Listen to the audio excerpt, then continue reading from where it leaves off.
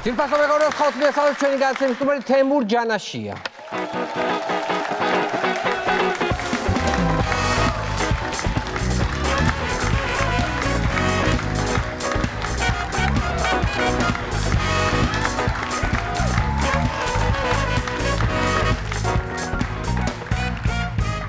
მოგესალმებით. მადლობა რომ მოხვედით ჩემთან განაცემაში. პირველად ხართ. მადლობა თქვენ.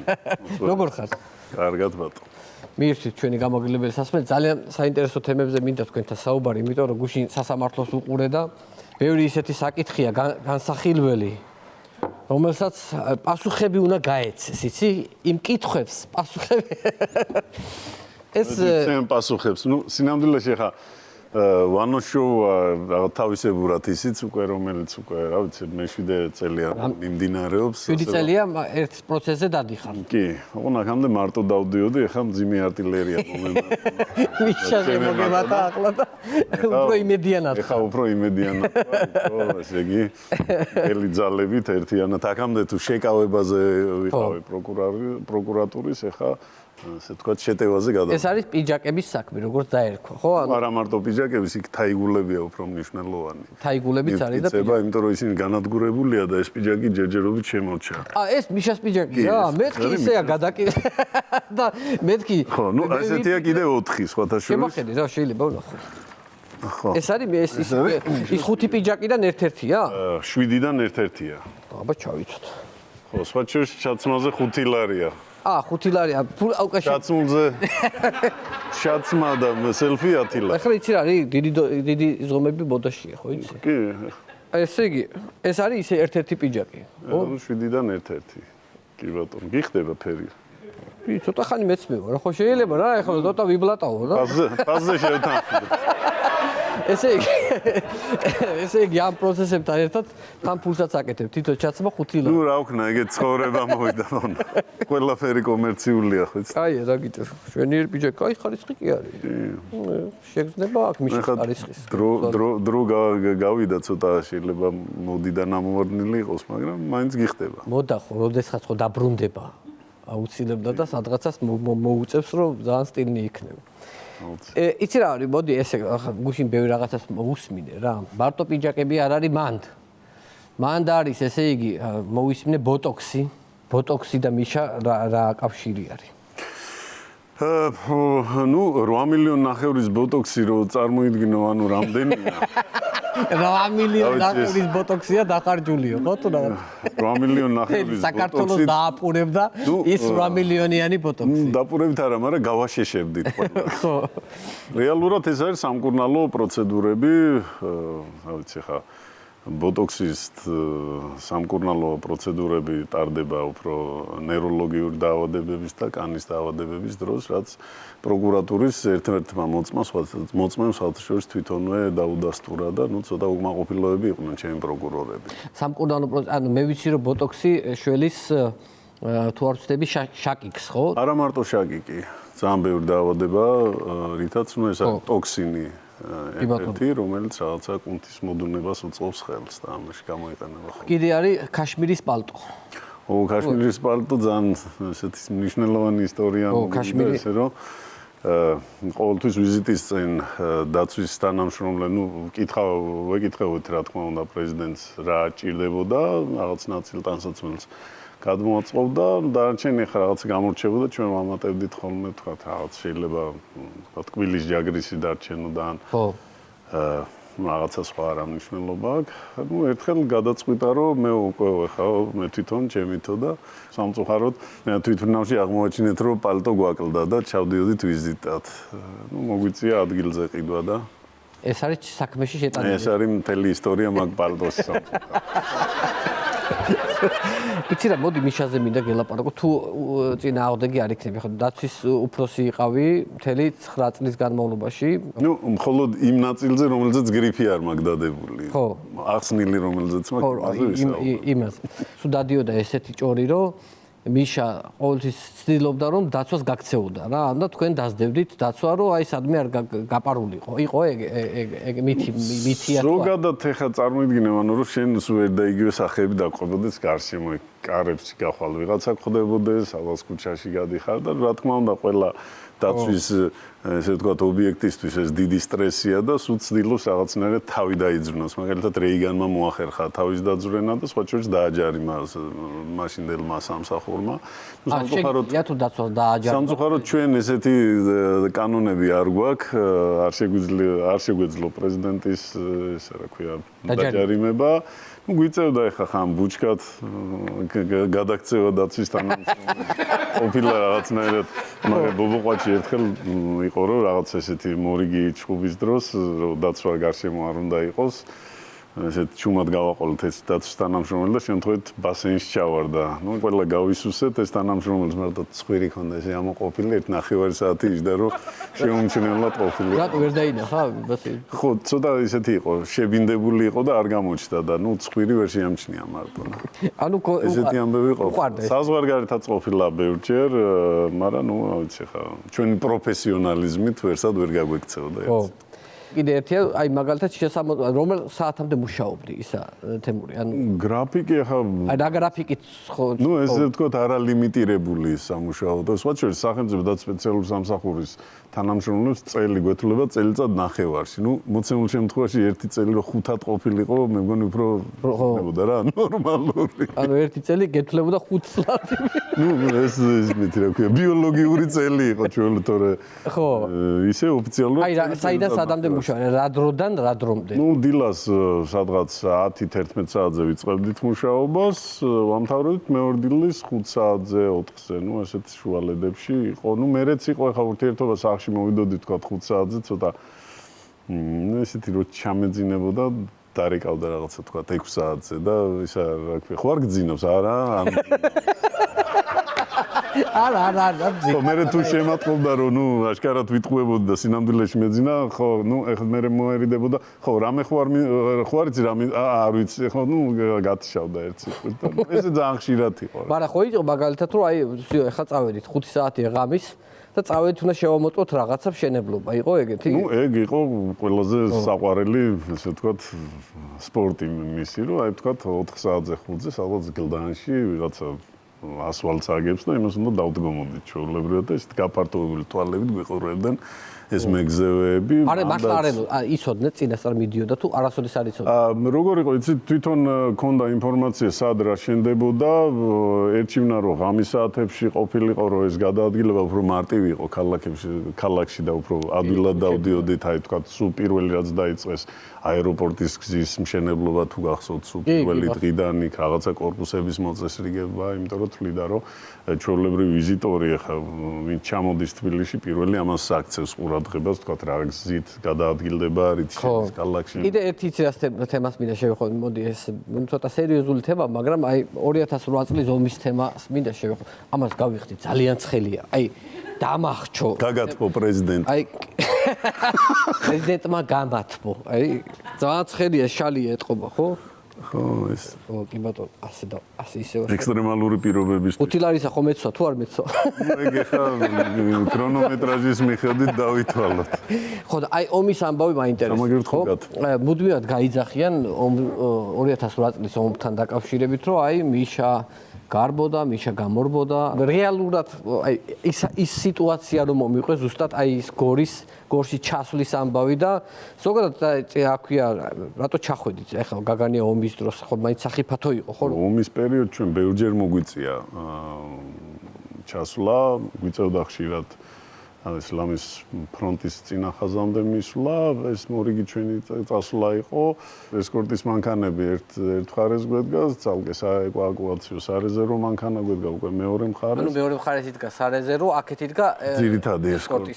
ხო, ანუ შუაში რაღაცა ესკორტი უკვე თითქმის უკვე უნდა ჩამჯდარიყო მანქანაში, რა დროსაც ორი თვითმფრინავი გამოჩნდა უკვე კავკასიონის მხრიდან შემოდიოდა დაბალ სიმაღლეზე. აქ ანუ ბევრი მანქანები იყო, იქიდან მოძრაობის დაწყება შეუძლებელი იყო, მოგვიწევია სარეზერვო მანქანისკენ წასვლა. ანუ მეორე მანქანისკენ წავედით. ამ მოძრაობის დროს ერთი ჩვენი წინა თანამშრომელი, რომელიც წინ მიდიოდა, ბარდიურს ესე თქვა, ფეხი წამოკრა, წაიქცა, იმის მერე პრეზიდენტი მოდიოდა, ისიც წაიქცა და ერთ სიტყვით მერე რეალურად წაიქცა, მათ ფეხი გამოკრა. ფეხი გამოკრა. ნუ მე ამ წაქცეულზე ხა ზემოდა დაახტით, ზემოდა თქვენ. ხო, ნუ გამოვიდა ზედახორა. ნუ რაც გამოვიდა, გამოვიდა. რეალურად რამდენს ლაპარაკობ, რამდენი სხვა შორის ამ დროს დაშავდა პრეზიდენტი, ესეთ ხელი ესეთ რაღაცნაირად გადაიტყავა იმ ასვალზე, ძალიან ტკივილი ქონდა, იმიტომ რომ რეალურად ანუ ესე იგი და სხვა შორის შემდეგ კადრებში შეფუთული აქ ის ხელი. ხო, წინ დაცვის წევრი წაიქცა, ამა ფეხი წამოკრა და ამა დაცვას წამოკრა ფეხი დაიცა და მე თქვენს ესე ხო, რაც მთავარი ის ქვედა დაცვის თანამშრომელი გადარჩა. აი მსვლელობს. ნუ ესეთი უცნაური შეკითხვა, ანუ მაგალითად დღევანდელი პრეზიდენტი აქტიურად არის სპორტით. დაკავებული სულ სპორტულ ღონისძიებებს სულ ესწრება. ეხლა მაგალითად ამ კაკანია კრიზისის დროს რაგბზე იყო. ჩვენაც ახლა რა თქმა უნდა გულშემატკივრობდით ერთხელ საქართველოს ნაკრების თამაშის დროს მახსოვს მეორე ტაიმზე ფეხი მოიტეხა ჩვენმა ესე ვთქვათ ფეხბურთელმა. ნუ დამთავრებამდე უცებ გავიქეცით საავადმყოფოში მოვინახულოთო მივედით. გამოხდა და ეგრევე წავედით საავადმყოფოში ვნახოთო. მივედით რესპუბლიკურ საავადმყოფოში, ნუ სად არის ფეხი მოიტეხა, ვინ არის რაღაც ეს დაბნეული გვიყურებენ ამ მიმღებში, ვერ მოასწარეთ ახ წინასწარ გაშვება ამ ხალხის და ნუ შევედით ვიღაც ქონდა ფეხი მოტეხილი ახალგაზრდა ბიჭი იყო. მშობლები ედგენ სხვათა შორის თავზე და ეჭხდებოდნენ ნასვამ მეორეთ არ დაждდე მანქანაზე და ნუ რო ჩვენ შევარდით ფეხი ამას აქვს მოტეხილი შევარდით პრეზიდენტი ესეთი ეს ბიჭი გვიყურებს ვერ მიხვდა მართლა ავარიაში მოყვა თუ ფეხბურთის დროს მოიტეხა და ნუ რაღაც ამ დაბნეულობაში რაღაცნაირად წამოვედით და ამასობაში უცებ მოგვადგა ეს ფეხმოტეხილი ფეხბურთელიც ანუ ესე იგი რეალურად სუსპადია შეხვედით მოინახულეთ ხო ვიღაცა თრალი იჯდა მანქანაზე ფეხი ბაძებს ახალგაზრდა ბიჭი აჭერით და მოინახულეთ როგორ მაგრამ რასთავარი ის ბიჭიც დავაჯერეთ არა ისიც დავაჯერეთ რომ სინამდვილეში მანქანა არ დაუმტრევია ფეხბურთი ითამაშა და სადღაც ეზოში მოიტეხა არა ძალიან მაგარი იმის თვალიდან გადმოსახედოთ ფეხი აქ მოტეხილი სადღაც სოფელში დაიმტრო ჩამოიყვანეს თბილისში და შემოდის პრეზიდენტი თქვენს გაიგეთ ბატონო პრეზიდენტო ეს მშობლები ესეთი გაგურებულები იყურებოდ რატომ მოვიდა ეს კაცი კაი დებოდა ეგეთ რაღაცა კაი ნუ მოდი ესე ვთქვათ რა ვინც აკეთებს იმას მოსდის ხოლმე შეცდომა მაგრამ აი მაგალითად ქონდა უცნაური უცბად რა რაღაცა მოითხოვა რომ ეს მინდა ერთი დღე იყო რაღაც ქუთაისში ჩავედით, მე ბათუმში ჩავედით, მე სადღაც სამეგრელოში ვიყავით, მე ანაკლიაში გადავედით და ნუ საღამოს ახლა დაღლილი გამოდის და ვალერი კილაძე იყო, მაგის დაცვის უფროსის პერიოდი, მე სამსახურის უფროსი ვარ და ნუ ბორჯომი გამიმზადეო და ნუ ეს ვალერიც გამოვარ და მე მირეკავს ესე ბორჯომი, აქედან ესკორტი გავაგზავნეთ, იქიდან ბორჯომში გააგზავნეთ ესკორტი ნუ გადის 15 წუთი უძახის და რა ქენიო და გავაგზავნე, რა გააგზავნეო? ბორჯომი დამალე.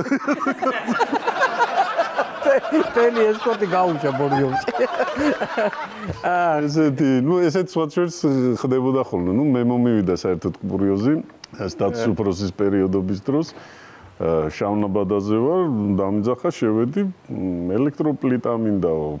გამიკვირდა ცოტა არ იყოს, იქ სითბო იყო, გამოვედი, დაურეკე უზრუნველყოფის სამსახურს მეოთხარი პლიტა, იმან დაურეკა კაცი, რას ლაპარაკობ თურმე ცივა პრეზიდენტს, რამდენჯერ ვთქვი 1-2 პლიტა, ნუ რაღაც 1 საათის მერე მომიტანეს ეს პლიტა და ესეთი ჟეთის რაღაცა.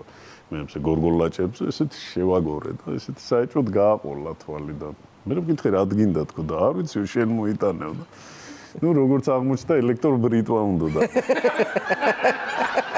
ბუშის ვიზიტი იქნებოდა რთული ალბათ თქვენთვის ხო აი ძალიან დიდი ორგანიზება სჭირდება და ხო ნუ ეს იყო ესე იგი ყველაზე დიდი გამოწვევა ჩვენი სამსახურის ყველაზე კარგი იყო ის რომ ეს მეიდანზე რო იყო ის ღონისძიება, ამის მერე უკან რესტორანი იყო, სადაც უნდა გადასულიყვნენ, იქ რაღაცა ესეთი პურმარილი იყო, პროტოკოლით შედგენილია ეს ამისთვის არ შეიძლება, ის იმისთვის არ შეიძლება, ესეთ ჩამოწერილი, არ უნდა ჩამოს პრეზიდენტი. საქართველოსში რო ჩამოხვალ რაღაცა ესეთი ციცაკიანი მარილი, რაღაცა ესეთ საჭმელს რო არ შეჭამ, ნუ აზრი არა აქ ამ ყოფნას და უცებ პრეზიდენტმა აბა ხინკალი სად არის არ არის, ნუ რატო არ არის, ნუ ესეა და იმიტომ არ არის. ნუ გადავედით გვერდზე საყინკლიდან მოუტანეთ, რა თქმა უნდა ეს ამერიკელები შოკში იყვნენ, ამ კაცმა მიირთვა ეს ხინკალი, მოეწონა და დაუძახა მიმტანს. ესეთი მიმტანი მიდის თეთრი რაღაც პირსახე. ეს რის გამზადდებაო და მე ვარ ვიცი ოკლაჰომადანა ვარ საერთოდ. თანამშრომელი იყო ეს. ეს გაგურებული შეხედა. მე რაც გამომატანეს ის მოვიტანე. რა ვიცი რის გამზადდება. ანუ ეს იქნებოდა უშრომის თანამშრომელი. ხო, იქაური ჩვეულები დაცვის თანამშრომელი. შეიხებთან ხოლმე ქონდა ხოლმე ძალიან ისეთი კარგი ურთიერთობა. მიხეილ სააკაშვილს სულ ჩადიოდა ვიღაცა ჩამოყავდა ხოლმე შეიხები მაგალითად ერთმა მე მგონი პალმები გვაჩუქა 60,000 პალმა ხო გახსოვს? კი ესეთი კაი კაცი იყო ნაჰიანი შეიხი სოჭის დაბადების დღეზე რა გაჩუქო იმ კაცმა კითხა და რა ვიცი აფერი ბათუმისთვის პალმებიო და ჩამოვიდა მე 38,000 პალმა და ну ეს ბათუმის პალმები რაცა ნაწილი განმუხურში და იქით ძირთადად მისი ნაჩუქარი პალმებია სხვა შორის. ა თქვენ დადიოდით იქაც. ну ყველაზე სასაცილო იყო დავყავდით იმაში უდაბნოში რაღაც უდაბნოს ქათამზე სანადიროთ. არ ვიცი რა. მიშას დადიოდა უდაბნოში ქათამზე. ну ხა რო გვიწევდა სტუმრად რა თქმა უნდა გვიწევდა მართლა ხა საწყალი გაუბედურებული ქათამი დარბოდა იმაში უდაბნოში. ესენი ჩიპები დასდევდნენ, მაგრამ ეხლა როცა პრეზიდენტი ხარ და რაღაცა ინვესტიციები გინდა ქვეყნის, გიწევს ეხლა უდაბნოში ამ ქათმების დევნა. არ ვიცი მართლა რა გითხრა. ანუ დღემდე რა ცხოველია ეს ვერ გავიგე. მაგრამ აი რა ვიცი, აი მის საწოდაობით ყდები ეხლა ადამიანი. ალბათ ეხლა ამან ფული ჩადო ჩვენ ქვეყანაში უდაბნოში. თუმცა ეხლა ჩვენი პროკურატურისთვის ეს იქნება სულ გაფლანგული მილიონები რომელიც ქათამზე ნადირობა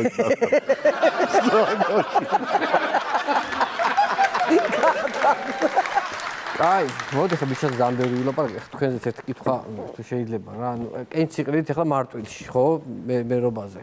როგორ ჩაიარა თქვენს რეგიონში თვითონ არჩევნებმა რა იყო თქვენთვის აი ესეთი საინტერესო და გამოწვევა რა იყო ეს?